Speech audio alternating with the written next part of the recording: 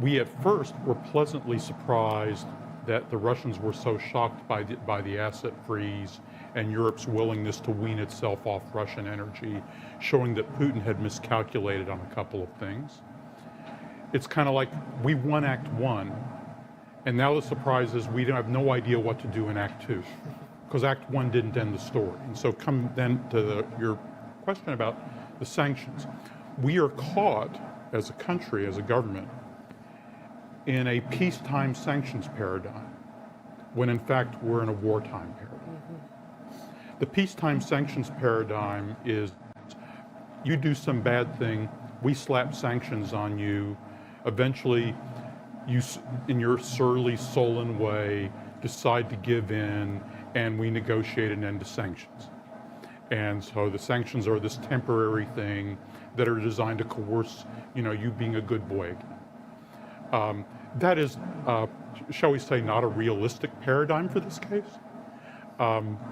So then we're in a wartime paradigm.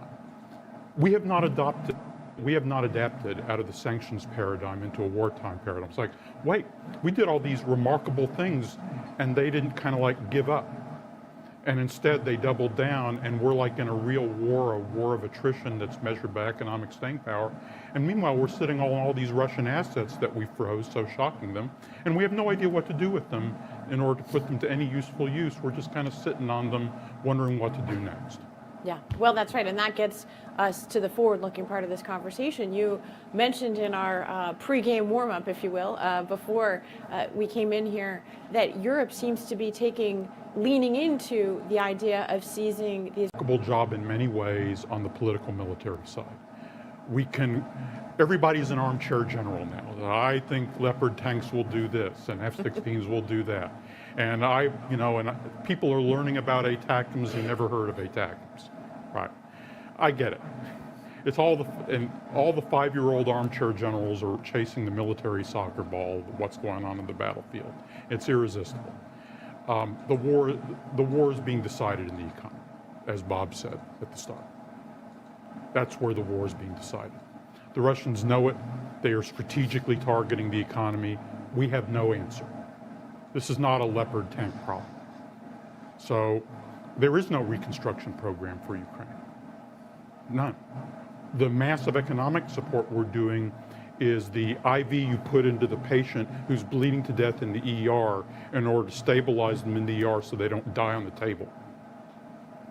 All we're doing at billions per month is keeping the patient alive in the ER. This is not a sustainable policy for giving Ukrainians hope that they're going to emerge from this ideal. We haven't gotten that together yet. Now here's where the Europeans are.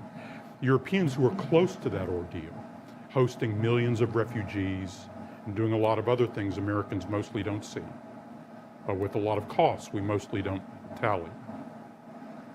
The European Council, that's the whole leadership of the European Union, issued a communique on Thursday of last week, which was not reported in our press. The communique said, we need to reconstruct Ukraine, not wait for the war's over. We need to use a program of hope for Ukraine's economy and society that matches the hope they have earned for themselves on the battlefield. So, Bob, do you see a practical obstacle, or is it a political obstacle for the Biden administration going forward to doing this?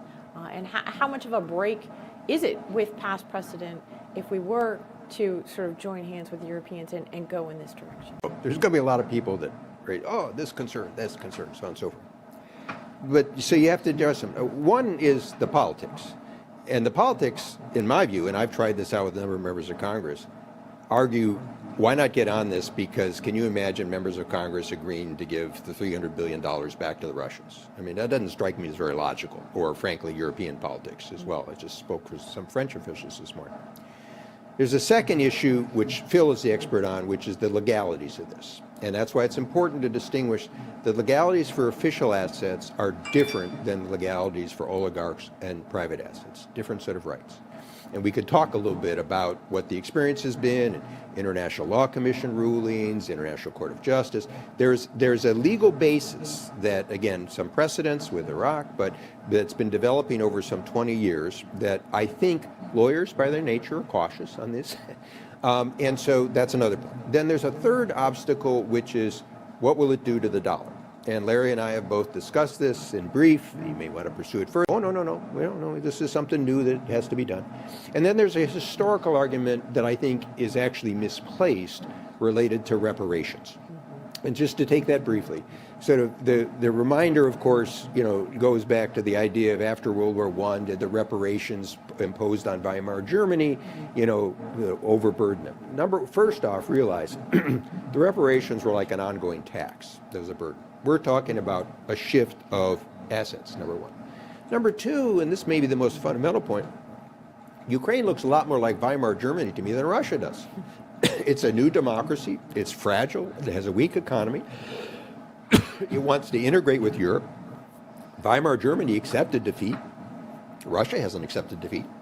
So if you want to take the World War I analogy, you should actually argue to try to be of some support here to the Ukrainians. But I think the combination of those arguments, the way government works, many people on this with this session, or we know about it, you can always come up with a lot of obstacles. And as Phil said, it's easy to focus on the military. That's, and watch how over the course of the year. I think what's really critically important as we enter the second year, as we've all said, is the economics are going to be determinant of this. And they also can be a device to push against the Russians. So, Larry, do you agree with Phil that we don't really have a policy for Act Two? And walk us through what you think might happen to this proposal to seize the Russian assets and to transfer them to Ukraine. Is that politically viable in your view as something that the Biden administration might endorse sooner rather than later?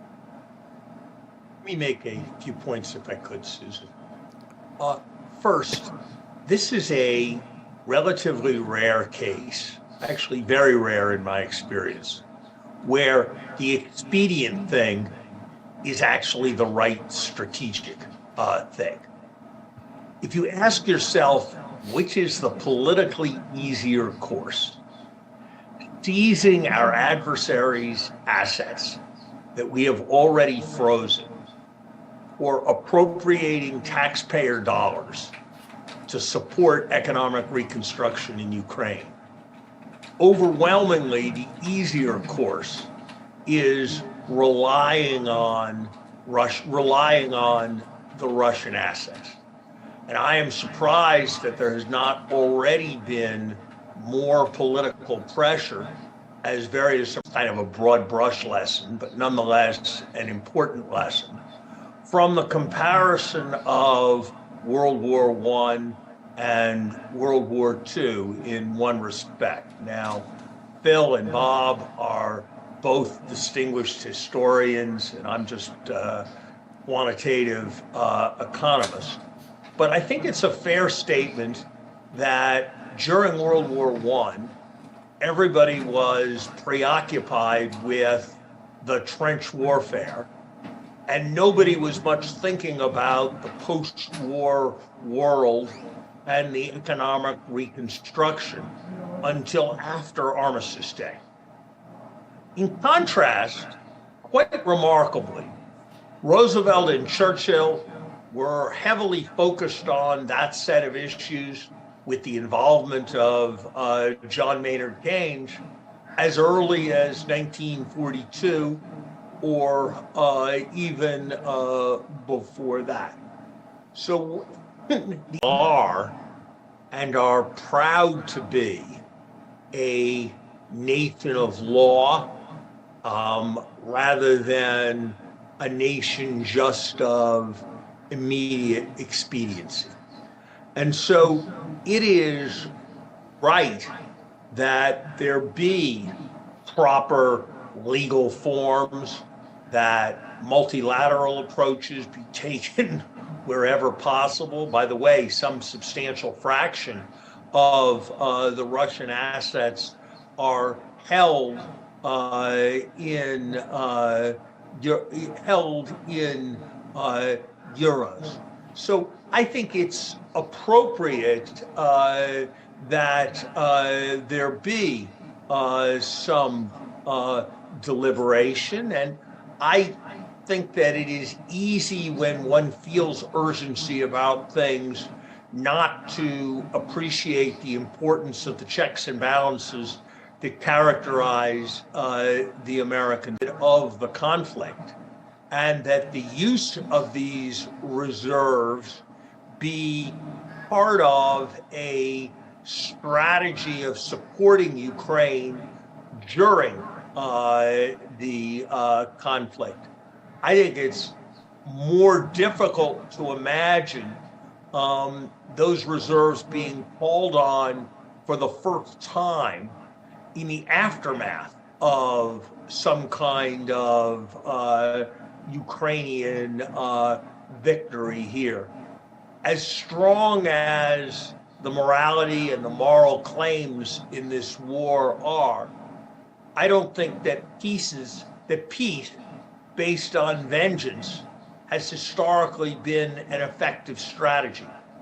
On the other hand, fighting and carrying out conflicts in the most effective ways, it seems to me, is natural and right.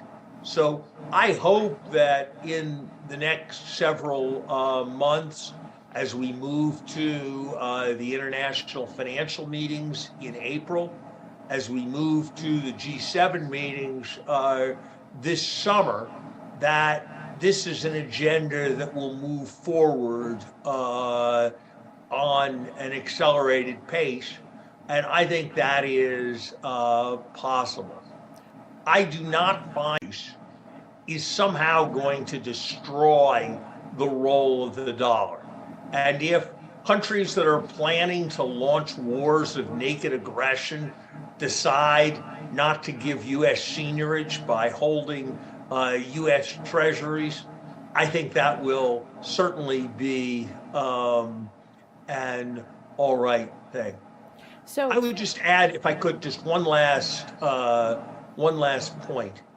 We have focused on the use of these assets in which people are hungry because of the